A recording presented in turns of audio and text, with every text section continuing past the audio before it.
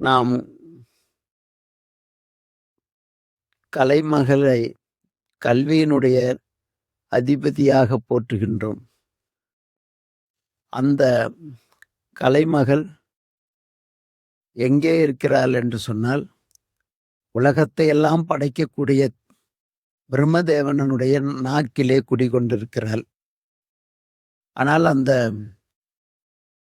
பிரம்மதேவன் செய்த உடம்பு எத்தனையோ ஆயிரம் 84 100 1000 கோடி யோனி பேதங்களில் இந்த ஆன்மாக்கள் உயிர்கள் பிறக்கின்றது என்று நமக்கு சாத்திரங்கள் காட்டுகிறது.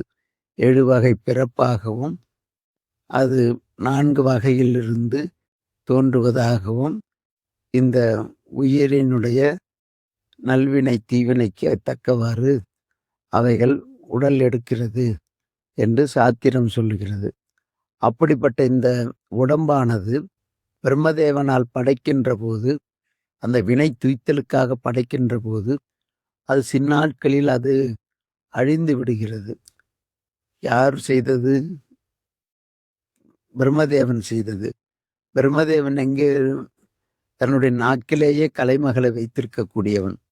ஆனால் இந்த கலைமகளினுடைய அருளை பெற்ற புலவர் பெருமக்கள் இருக்கிறார்களே, அந்த புலவர்கள் செய்த உரைநடையோ யாப்போ அல்லது கவிதையோ அவைகள் என்றைக்கும் நீங்காது உடம்பை இந்த உலகத்திற்கு கொடுத்து செல்கிறார்கள்.